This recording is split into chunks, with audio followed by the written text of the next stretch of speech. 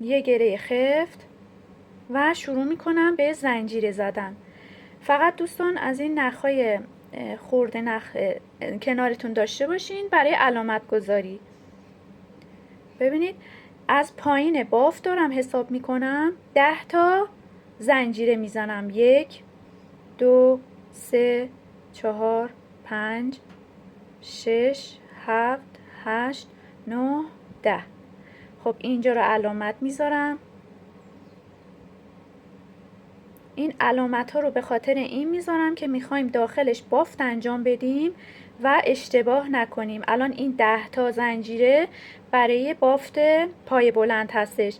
خب بعد از این 10 تا 11 تا زنجیره که نمیخوایم روش بافتی انجام بدیم، فقط زنجیره هستش. این 1 این 2 3 4 5 6 7 8 9 10 11.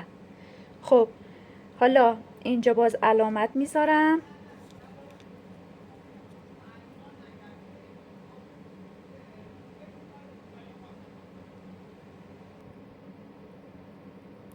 و 6 تا زنجیره 1 2 3 4 5 6. دوباره علامت میذارم. 7 تا زنجیره 1 2 3 4 5 6 7. علامت میذارم. 4 تا زنجیره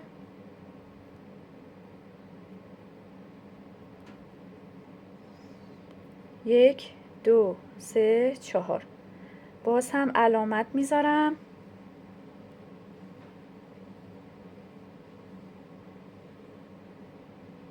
12 تا زنجیره 1 2 3 4 5 6 7 8 9 10 11 12. علامت میذارم.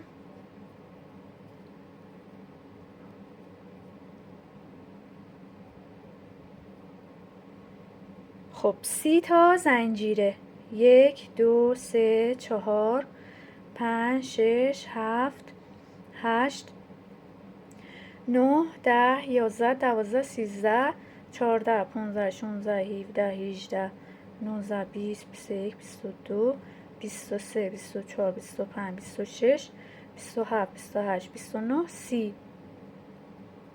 علامت میذارم.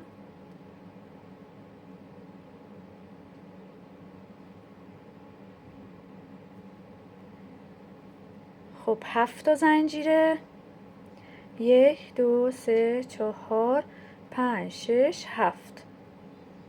علامت میذارم. 6 تا زنجیره 1 2 3 4 5 6. خب علامت میذارم. 18 تا زنجیره 1 2 3 4 5 6 7 8 9 10 11 12 13 14 15 16 17 18. خب علامت میذارم و 6 تا زنجیره و تمام. 1 2 3 4 5 6. خب ببینید دوستان زنجیره کلا شد 157 تا 156 تا فکر کنم یا 7 تا. خب ببینید اینجا 3 تا زنجیره میزنم به عنوان اولین پایه بلند. حالا قبل از اینکه این 3 تا رو بزنم ببینید دوستان اینجا زنجیره 3 تا لبه داره. خب این 2 تا لبه جلویی و این یک لبه پشتی هستش. بافتتون رو باید داخل این لبه های پشتی انجام بدید که تمیزتر در بیاد بافتتون. خب ببینید من اولین پای بلند رو با 3 تا زنجیره میزنم. 1 2 و 3. میام از این لبه پشتی زنجیره آخر قلاب رو میندازم، نخ میگیرم میکشم و 6 تا پای بلندم رو داخل این لبه های سوم میزنم. ببینید دوستان توی این رج یکم دقت میخواد، ولی از رج های بعد رچهای دوم به بعد دیگه بافتش ساده است، چیز خاصی نداره.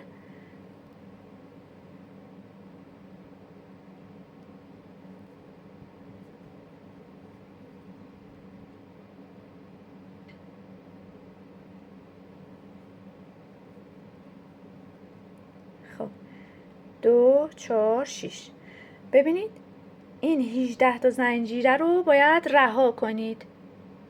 18 تا زنجیره میزنم. 1 2 3 4 5 6 7 8 9 10 11 12 13 14 15 16 17 18. میام همین جایی که علامت گذاشتم، خب 6 تا پای بلندم رو داخل این زنجیره ها میزنم. فقط تعداد زنجیره ها رو حتما بنویسید، یادداشت کنید که اشتباه نکنید. اینجا الان تعداد زنجیره های خالی اینجا رو دارم میگم. خب 18 تا بود. اینجا تعداد پای بلند 6 تاست.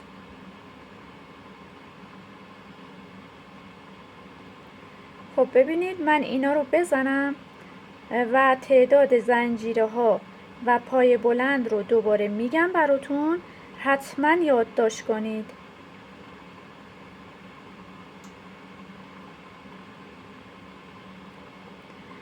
بعد از اینکه یادداشت کردید دیگه بافتش راحته، چیز خاصی نداره. من اینجا رو دیگه نمیخوام ببافم چون میخوام تعداد زنجیره هامو تغییر بدم، چون این 30 تا زنجیره‌ای که اینجا زدم برای من مناسب نیست و میخوام تعداد زنجیره های این 30 تایی که پای بلند میخوره اینو افزایش بدم. خب ببینید دوستان این بافتی هستش که خودم انجام دادم. اگر دوست داشتین طبق این ببافین، اگر دوست نداشتین میتونین روی بافتتون هم تعداد زنجیره ها و تعداد پای بلند ها رو تغییر بدین و دیگه این سلیقه‌ای هستش. خب ببینید اینجا 10 تا پایه بلند زدم. من از پایین دارم حساب میکنم، از پایین بافتم دارم این تعداد پایه ها رو میشمارم.